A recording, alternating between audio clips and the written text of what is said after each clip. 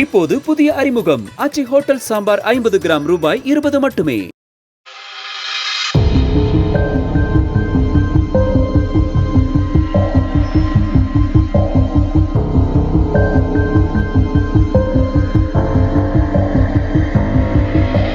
மும்பையில் பிரபல நிழல் உலக தாதாவாக வலம் வந்தவர் சோட்டா ராஜன்.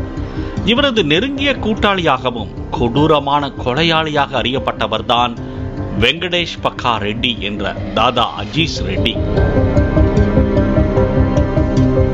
ஹைதராபாத்தை சேர்ந்த வெங்கடேஷ் பக்கா ரெட்டி 9ஆம் வகுப்பு வரை மட்டுமே படித்தவர்.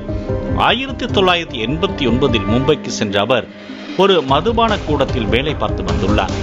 அப்போது ஒரு நாள் டெம்பிள் தாதா என்பவர் பாருக்கு சென்ற போது வெங்கடேஷ் பக்கா ரெட்டியின் கட்டுமஸ்தான உடலை பார்த்து வியந்ததோடு அவரை வேலைக்கு சேர்த்துக் கொண்டுள்ளார்.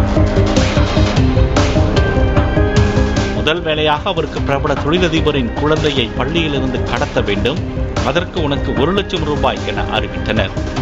ஆனால் வெங்கடேஷ் பக்கா ரெட்டியால் அதனை செய்ய முடியாததால் மீண்டும் ஹைதராபாத்திற்கு சென்றுள்ளார். 1992 முதல் 1993 ஆண்டு வரை அவர் பிற மதத்தை சேர்ந்த ஏராளமான நபர்களை வெங்கடேஷ் பக்கா ரெட்டி கொடூரமாக கொலை செய்ததாக கூறப்படுகிறது. இதற்காக சிறை சென்ற அவர் ஜாமீனில் விடுவிக்கப்பட்டார்.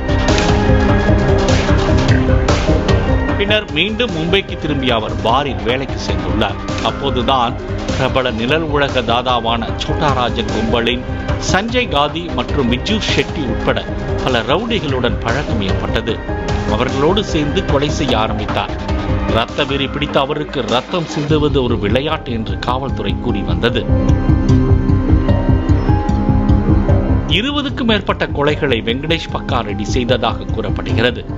அவரை பாபா ரெட்டி என்றும் அழைக்க தொடங்கினர். போலீசார் அவரை கைது செய்து சிறையில் அடைத்தனர். அப்போது போலீசார் நீண்ட காலமாக கடுமையாக விசாரணை செய்த போதும் அவரிடமிருந்து எந்த தகவலையும் வாங்க முடியவில்லை.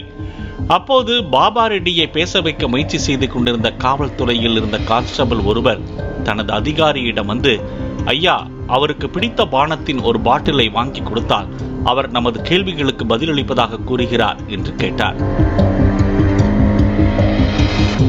அதற்கு மறுப்பு தெரிவித்த அதிகாரி, உங்களுக்கு பைத்தியமா? சிறையில் எப்படி மது வாங்கி கொடுக்க முடியும் என்று கடுமையாக பேசியுள்ளார். ஆனால் அதற்கு பிறகு காவலர் சொன்ன விஷயம் அதிகாரியை அதிர்ச்சியில் உறைய வைத்தது. ஐயா, அவர் மது கேட்கவில்லை, ஒரு பாட்டில் ரத்தம் கேட்கிறார் என்று கூறினார்.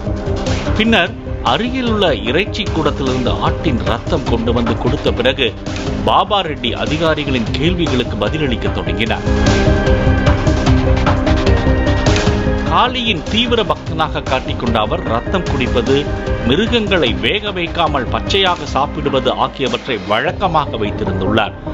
ஒரு கட்டத்தில் சிறையில் தன்னுடன் இருந்தவர்களின் ரத்தத்தையும் அவர் குடித்து விடுவாரோ என்ற பயத்தில் சிறைவாசிகள் தங்களது அறையை பகிர்ந்து கொள்ள மறுத்துள்ளனர். சிறையிலிருந்து வெளியே வந்த பின் சாலையில் ஒரு பெண்ணை பார்த்த பாபா ரெட்டி அந்த பெண்ணை மிகவும் பிடித்து போனதால் பின்தொடர்ந்து சென்றுள்ளார்.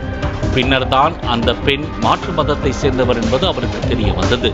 அந்த பெண் தன்னுடைய மதத்தை சேர்ந்தவரை தான் திருமணம் செய்து கொள்வேன் என உறுதியாக கூறியதால் மதம் மாறி அந்த பெண்ணை திருமணம் செய்து கொண்டதோடு தனது பெயரை அஜீஸ் ரெட்டி என்று மாற்றிக்கொண்டார். இந்தோனேஷியா சென்ற அஜீஸ் ரெட்டியை போதைப்பொருள் தயாரிப்பு பிரிவின் பொறுப்பாளராக சோட்டா ராஜன் நியமித்தார்.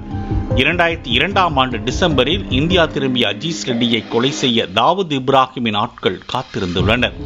இதனால் ஹைதராபாத்திற்கு சென்ற அவர் ஆயுத விநியோகஸ்தராக மாறி குற்றங்களில் ஈடுபடும் கும்பல்களுக்கு சட்டவிரோத ஆயுதங்களை விநியோகம் செய்ய தொடங்கினார். கடத்தல் செய்வதன் மூலம் கிடைக்கும் பணத்தை காசோலை மூலமாகவே வசூலிக்கும் விசித்திரமான பழக்கம் அவருக்கு இருந்தது.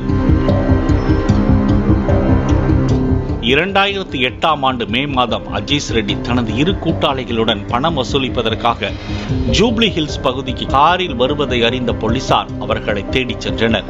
அப்போது காரில் இருந்து அஜீஸ் ரெட்டி தரப்பினர் தாக்குதல் நடத்த போலீசாரும் எதிர் தாக்குதல் நடத்திய போது அஜீஸ் ரெட்டி சுட்டுக் கொல்லப்பட்டதாகவும் மற்ற 2 தப்பிச் சென்றதாகவும் போலீசார் தரப்பில் கூறப்படுகிறது.